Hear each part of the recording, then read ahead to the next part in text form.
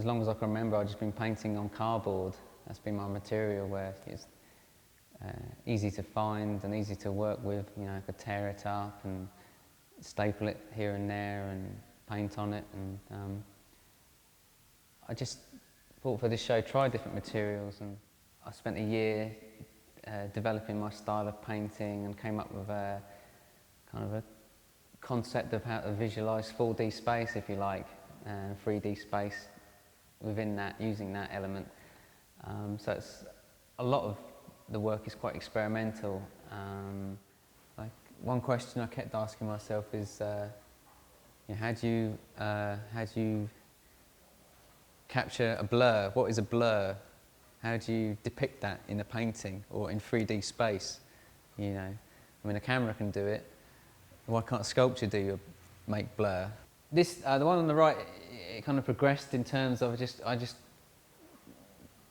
totally went with my feelings of what I was trying to achieve with depicting kind of 4D space, and not relying on the paintbrush anymore so much, but the physicality of bending form and bending plastic, and then painting inside that, and what different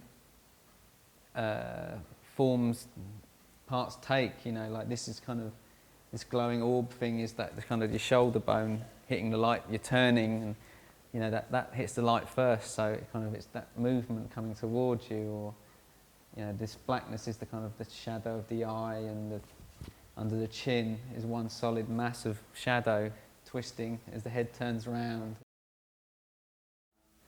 Lots of artists have tried to kind of capture life and death, or just death, and I always kind of find it interesting. I've always wanted to capture that moment between life and death. I mean, for example, the car crash one, you know, there's that old saying, your life flashes in front of you. You know, everything slows down, or you know, you notice your environment. It's a quite surreal experience, and it's that, you know, that millisecond before your head hits the concrete or what have you, before you die. You know, you take in everything around you. Sometimes, you know, you experience the beauty of chaos in life. You know, life is just a combination of chaotic elements. You know, and if you break it down, you know, art can be found within these fleeting moments. I mean, yeah, this is a kind of more of a study really for me to help.